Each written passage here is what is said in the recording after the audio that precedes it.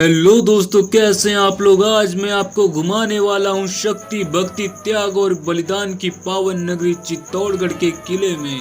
और दोस्तों, शक्ति के अंदर आते हैं महाराणा प्रताप, भक्ति के अंदर मीराबाई और त्याग में दासी पन्ना दाई, बलिदान में रानी पद्मिनी, जिनको आप पद्मावती के नाम से भी जानते हैं, जिन्होंने 16,000 दासियों के साथ अपनी आन बान शान बचाने के लिए जौहर कुंड में कूदकर खुद को जिंदा जला लिया था और सती हो गई थी।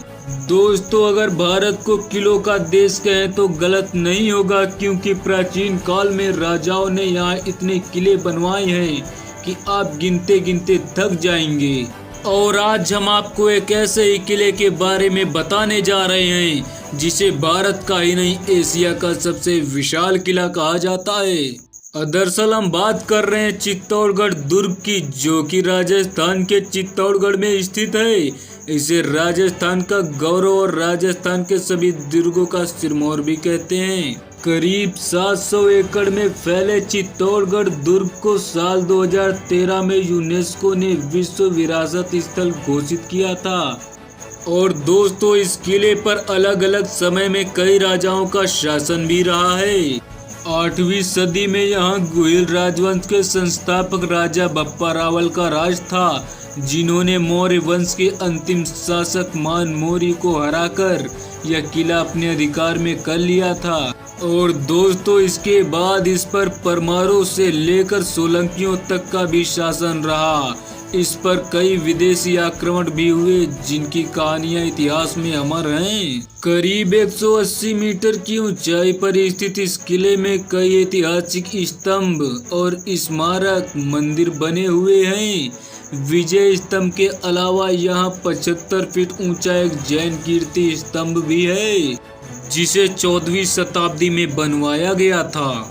और दोस्तों, इस विशाल किले में प्रवेश करने के लिए कुल 7 दरवाजे बने हुए हैं। इन सभी को पार करके ही किले में प्रवेश किया जा सकता है। और दोस्तों, इन 7 दरवाजों के नाम है पाटन पोल, लक्ष्मण पोल और राम पोल, भैरव पोल, हनुमान पोल, गणेश पोल, जोड़ला पोल। दोस्तों, पहले द्वार के बारे में कहा जाता है कि एक बार एक भीषण युद्ध में खून की नदी बहने लगी थी, जिसमें एक भैंसा बहता हुआ यहाँ तक आ गया था। इसी कारण इस द्वार का नाम पाटन पोल पड़ा। यहाँ मौजूद हर दरवाजे की अलग अलग कहानी है। कहते हैं कि प्राचीन समय में चित्तौड़गढ़ किले में 1 लाख से भी ज्यादा लोग रहते थे, जिसमें राजा रानी से लेकर दास दासियां और सैनिक भी शामिल थे। वैसे तो इस किले का निर्माण किसने करवाया था और कब, किसके बारे में सटीक जानकारी तो नहीं है, लेकिन कुछ इतिहासकारों का मानना है कि मौर्य वंशीय राजा चित्रांगद मौर्य ने 7वीं शताब्दी में बनवाया था। और दोस्तों, हम आपको बता दें, इस निर्माण को लेकर एक कहानी यह भी है कि इसे महाभारत काल में बनवाया गया था। किंवदंती के अनुसार एक बार भीम जब संपत्ति की खोज में निकले थे तो उन्हें रास्ते में एक योगी मिले। भीम ने उनसे चमत्कारी पारस पत्थर की मांग की, जिस पर योगी ने कहा कि वो पारस पत्थर तो दे देंगे, लेकिन उन्हें पहाड़ी पर रातों रात एक किले का निर्माण कराना पड़ेगा। भीम इसके लिए मान गए और अपने भाइयों के साथ दुर्ग के निर्माण में लग गए। और दोस्तों, उनका काम लगभग समाप्त होने वाला ही था। सिर्फ दक्षिणी हिस्से का काम थोड़ा सा बचा हुआ था। इधर योगी किले का तेजी से निर्माण देख चिंता में पड़ गए, क्योंकि उसके बाद उन्हें पारस पत्थर भीम को देना पड़ता।